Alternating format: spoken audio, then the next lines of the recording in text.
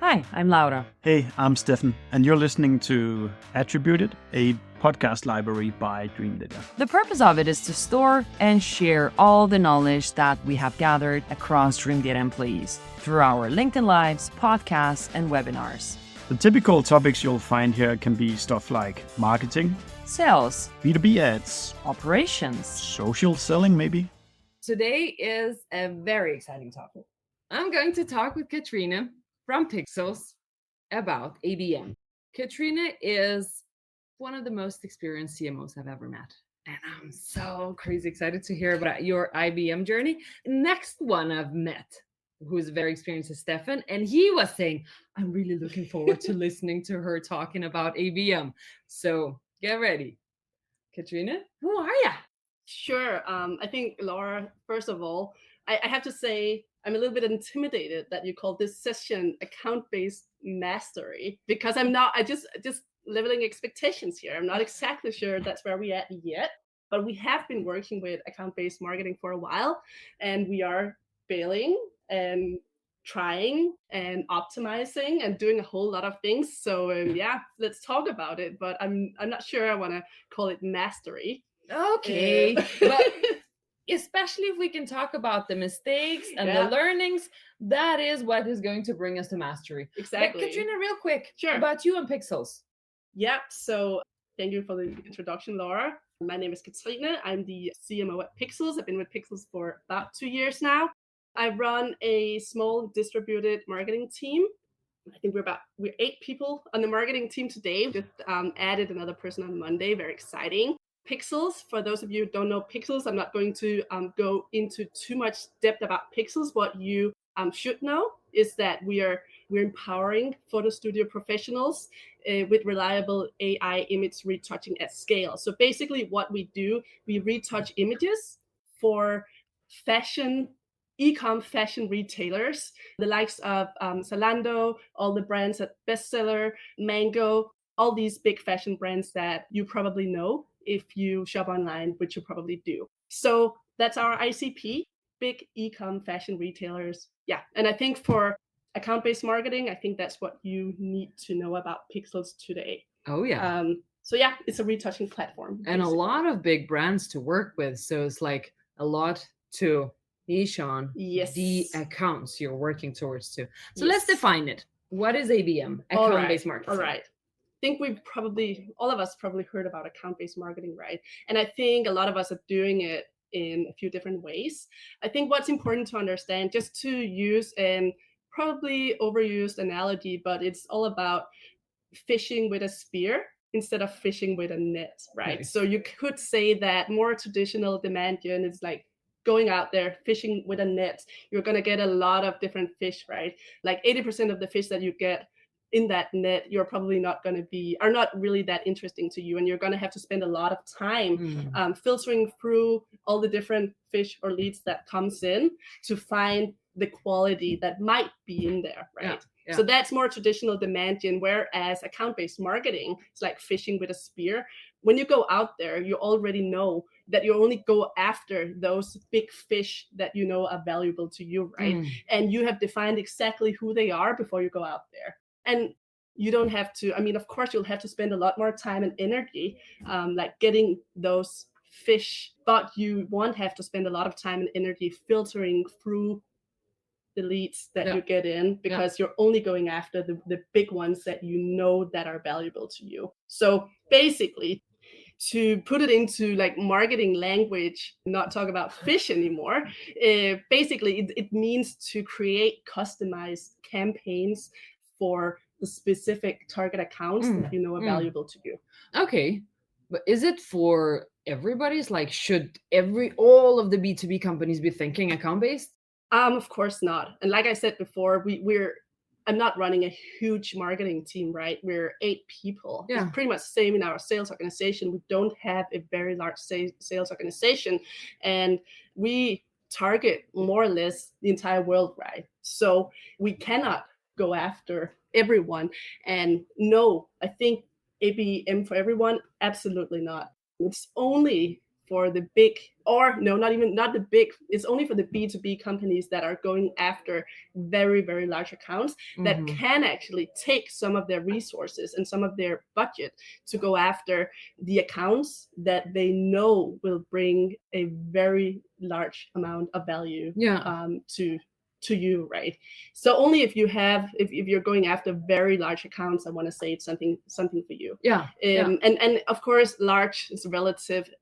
For us, we consider a new deal to be large if we can put a first year value of at least a few $100,000 onto it, and preferably a little bit larger. So we're talking about accounts here that represent a lifetime value of at least a few million $. So that's the size of the account that we are talking about if we are going to put them into an account-based campaign where we're going to actually create and customize content for them.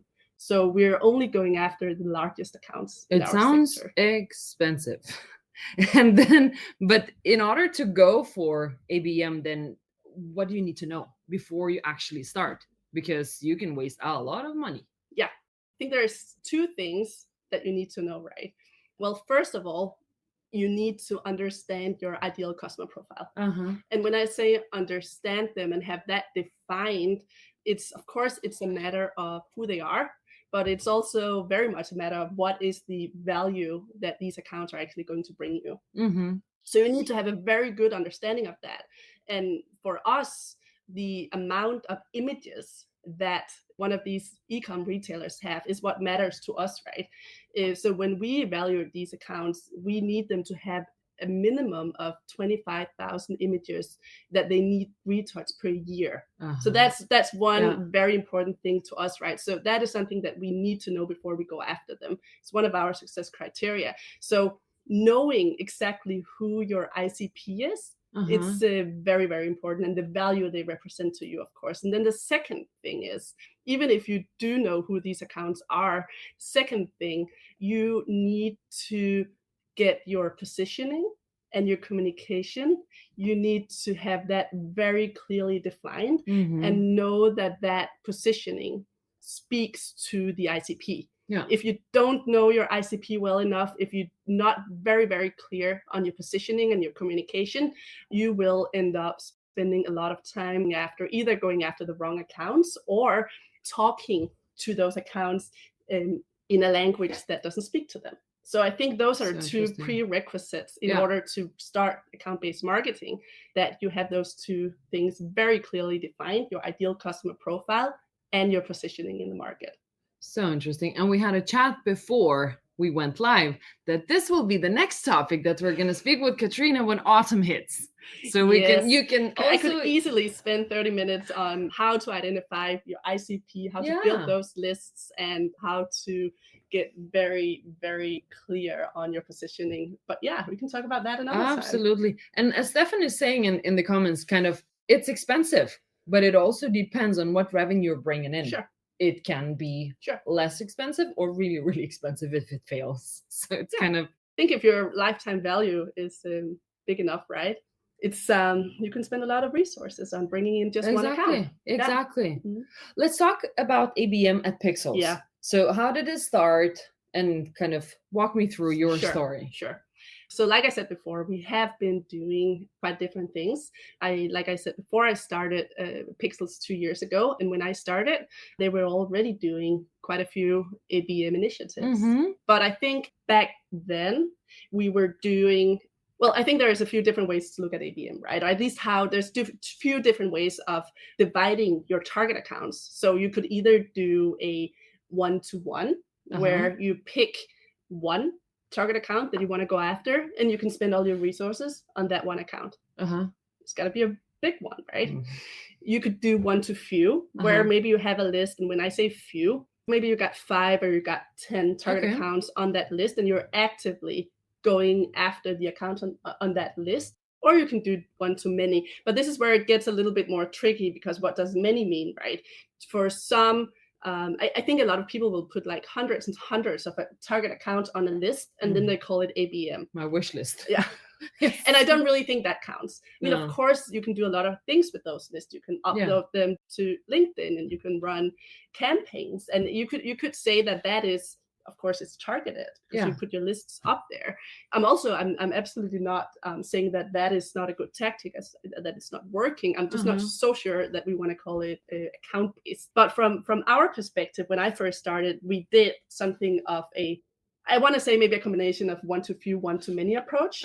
We do have a target account list that we call Dream 100. It is very much Love it. Yeah, it's very much a wish list. And that list pretty much consists of the largest e-com retailers that are out there. Could be H&M, could be one example, right? We're not actually going after them actively right now. So we can talk a little bit about it. But if you can name a few, like that's on the top of the wish list. So that's an example of a wish list that we have that we use on LinkedIn. And we create LinkedIn campaigns, and we try to divide that into top of funnel, middle of funnel, bottom funnel campaigns, and upload those lists and run those lists toward our Dream 100 campaigns. We'd also do try to UTM tag those and show them relevant ads, like too little volume coming through for that actually to make sense, but it was a really good attempt, trying to also show some Google display ads to those groups. What we do now, of course, we run retargeting on a lot of that. But so that was the stuff that was already in place when I started. And we've definitely seen some good results from that as well.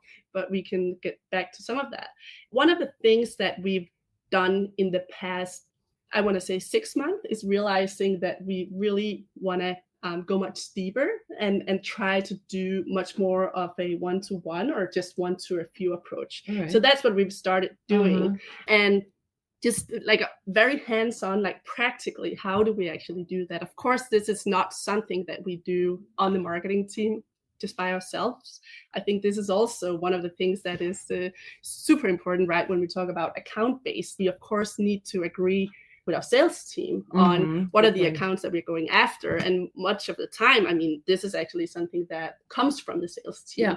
And also, to be completely honest with you, because we do have a relatively small team, both on the marketing and the sales side, the way that we have actually picked the one-to-one or one-to-few accounts that we're working on right now, we've actually looked at, okay, so what are the accounts that we're already talking to? It's not necessarily just accounts that are all the way up there that have no knowledge of us. We've looked at, okay, what are the accounts that we're already talking to? Kind of low-hanging fruits, more or less. Kind of low-hanging fruits, because we know they know about us already. How can we, from an ABM perspective or marketing perspective, help the sales team close these deals faster? So for us, it's about closing the deals, but it's also about accelerating the buying cycle and get them to value even faster. So we've looked at that. So we decided, all right, let's just get our hands dirty. We have this one account. It's a big group of brands, of fashion brands. We've sat down with the sales team, a few people on the sales side, a few people on the marketing side, and just did a big brainstorm. So what do we actually know about this account? Because we also invited them to one of the events that we had in LA in the beginning of the year. They came, a few people from the team came, so we've met them. What do we know about them? We also did a lot of research, just Googled them, figured it out. It's like, okay, we found out that, okay, they just built a new big studio. We sent a few people to that studio to talk to them. So what do we know about them? What are the insights that we have? We know that they're concerned about CSR. All right, we'll make sure to maybe look through our CSR pages, update those. We know that they're concerned about costs. So maybe we create some content about how to be more cost effective. So we sit down, we talk about what do we know about them, and we create content. It's not, I mean, we don't mention them in the content, of course, but we do know their pain points. We know their pain points. So we create content centered around the pain points of this organization. And it's large enough that we are able to set up LinkedIn campaigns for, at least when you include the group and all the different brands, we get to, so it's retail, right? We don't want all the people working in the stores to see this. We want the people working in the studio to see this. So we filter that by roles on LinkedIn, by roles and seniority on LinkedIn. we make sure that they see those campaigns. And then, of course, we have our sales team reaching out, and we, of course, so we do a lot of events, and webinars. So it's also a way of us reaching out, talking to this account without trying to sell to them. Wow. Like involving them in, even maybe we even invite them as a keynote speaker to one of our events and stuff like that. Just trying to make sure that we stay top of mind without actively trying to sell to them all the time. That is really cool, because like you're there for the accounts to give them the experience to learn about you, but you're not selling to them. It's like maybe they're not ready and you have to figure out if they are. I love the aspect of sales and marketing collaboration, because I've seen a lot of discussions about like ABM is just like sales have been doing ABM all the time. And I think it's true to a very large extent that a lot of the tactics and a lot of the things we're doing is things that marketing has been doing forever. It's things that sales has been doing forever. So I think ABM is really putting that into a process and working together very closely aligned with the sales team. Very cool. And also, of course, trying to focus and also following up. And then we try to, but I think it's a very good point that all these things that goes into ABM, it's not something new. It's not rocket science. It's not a cool new tactic that's going to work. It's just like building a process around all these activities and working very closely with the sales team. And then, of course, the follow-up.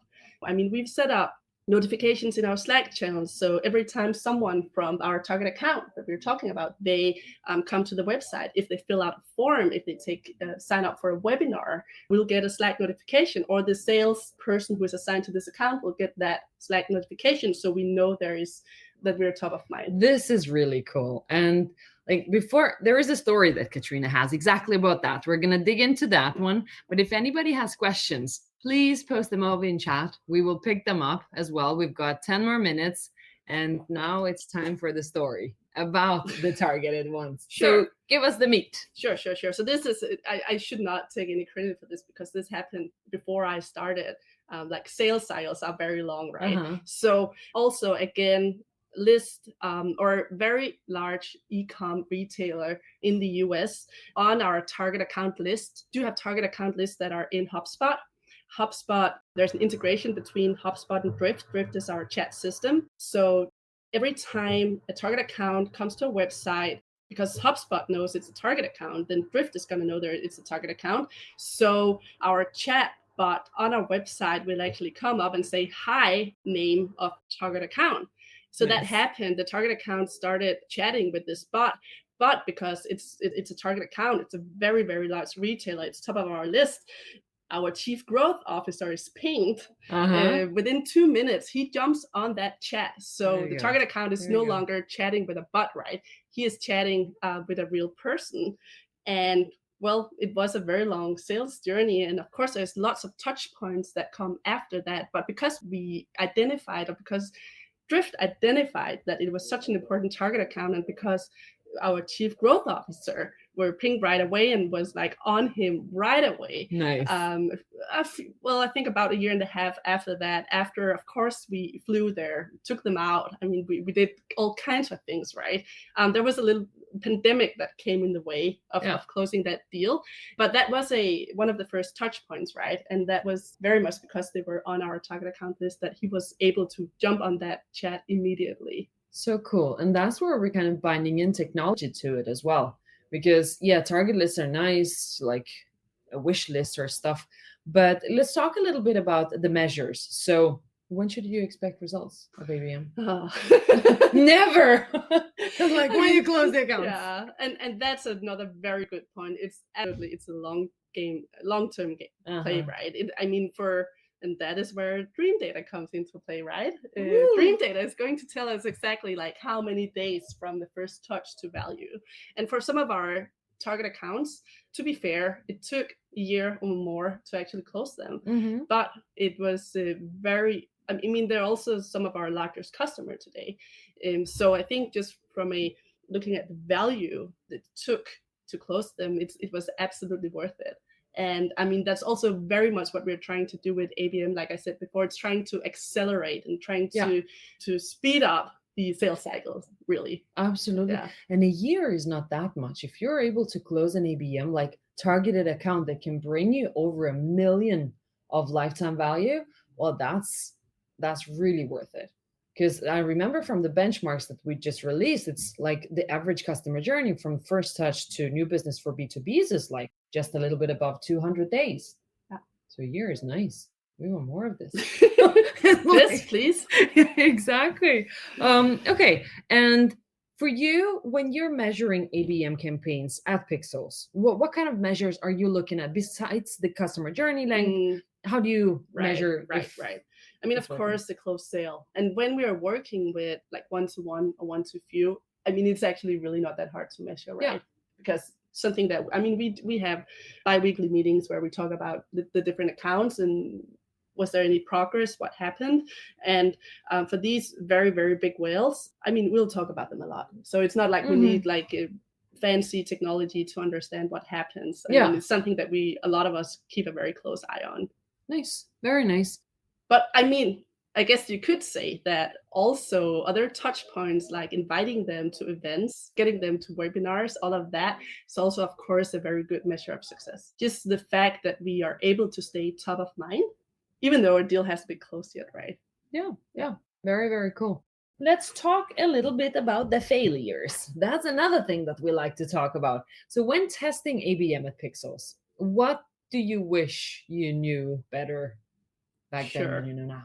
Sure. I think just looking at Pixelz from our perspective, because we're not a huge team, I think probably one of the things that we could have done better, should have done better, but it's always easy to look back and say that is it's been me, myself, and then our chief growth officer that has been trying to run ABM and keep that top of mind and drive that forward. And I think, and that doesn't just go for ABM, right? It's probably go for most things, right? At least a lot of things. When we're the ones trying to do that, it's never going to be very effective because we're always going to be distracted by like a million other things, right? So like one example is like we sold Pixelz last year, right? And if we have to prioritize between like doing management presentations and like selling the company, right? And ABM, it's just that that ABM meeting is probably getting canceled again.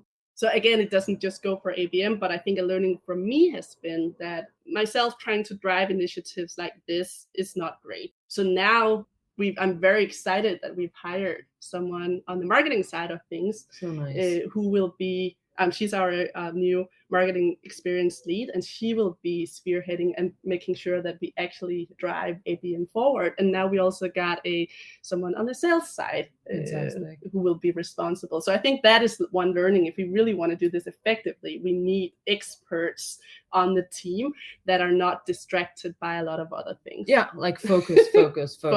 And then so it's not distracted. That's really nice. And I think another thing that we spent a lot of time trying to figure out how to do this. Yeah. Instead of just like sitting down, getting our hands dirty, doing that brainstorm and actually just getting started. I think we've been wanting to do this perfectly and have a process in place and be able to run this smoothly before actually just sitting down and doing the hard work. But wouldn't it also be like a little bit dangerous to waste a lot of money if you don't plan it well? So I'm like thinking, but maybe you did it right. Of course, when you say waste a lot of money for us, I mean, I think for at least for ABM perspective, it's more the resources, because it is of course very resource heavy when we do create custom content. But a lot of this content, of course, it's customized to what their pains, but it's content that can be used for other accounts and other campaigns as well, which is of course helpful. But yeah, I think just get started, like sit down, like a few people from the sales organization, a few people from marketing, and pick one account. If you know your ICP and you're positioning well enough, it shouldn't be that hard to pick one account. Maybe pick an account that already know about you and just get started. Much easier. Real nice.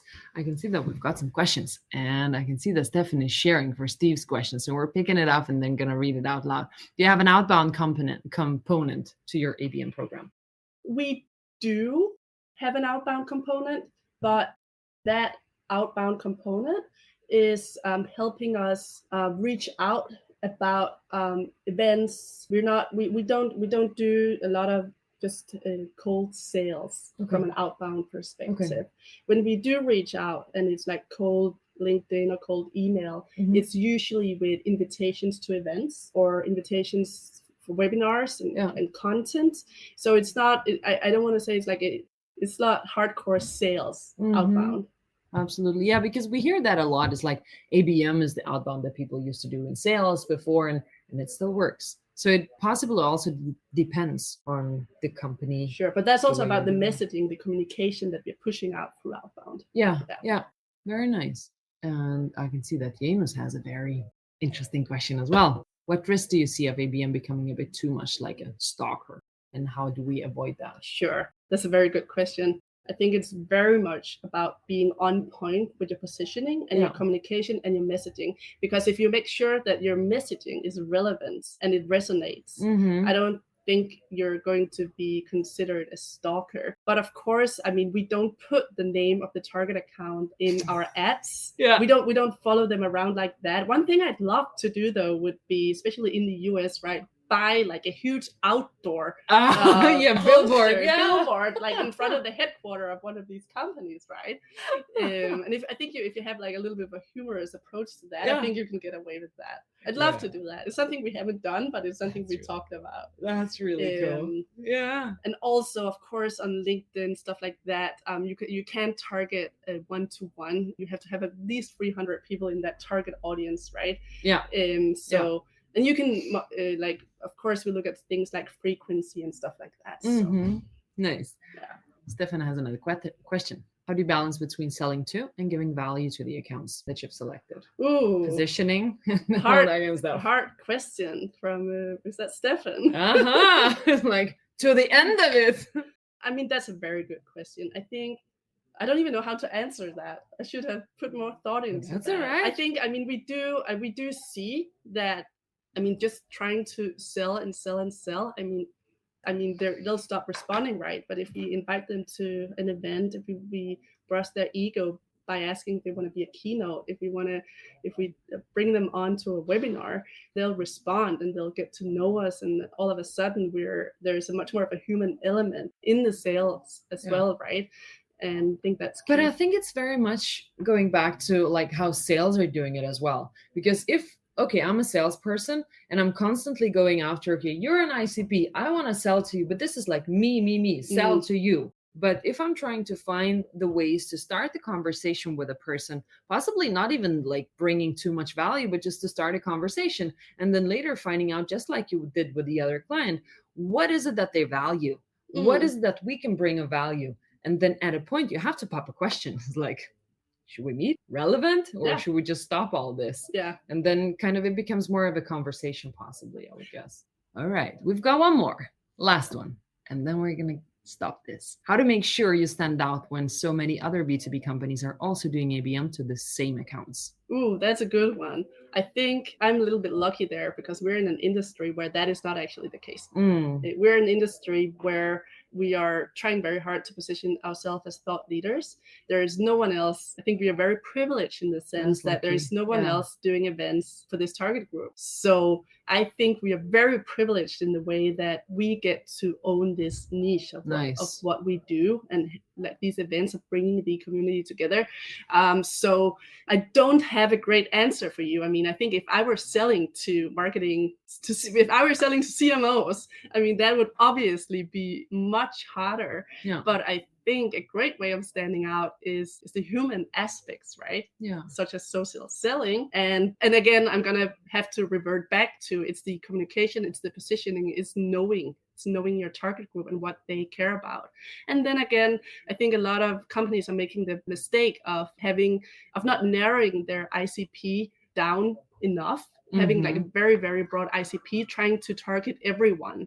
And I think if you are brave enough to narrow your ICP like down to a very narrow ICP, it's going to be much, much easier to speak to them and to communicate to them effectively. Yeah. And I think that's important and a way of standing out instead of trying to be everything to everyone. Yeah, I think that's very, very important. Yeah. And you're much more human and you know what values they value and what kind of language do they prefer as well. There are so many aspects in this.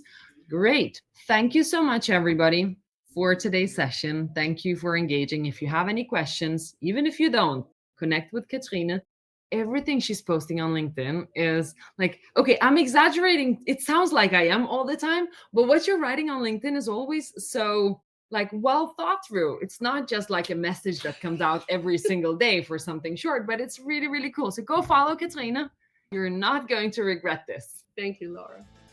We hope you like listening to us. Subscribe to our podcast and the ones that we have been guests on. And if you have any feedback for us, just do let us know. And should there be a guest that you think we should be talking to, then pitch us. We're looking forward to seeing you.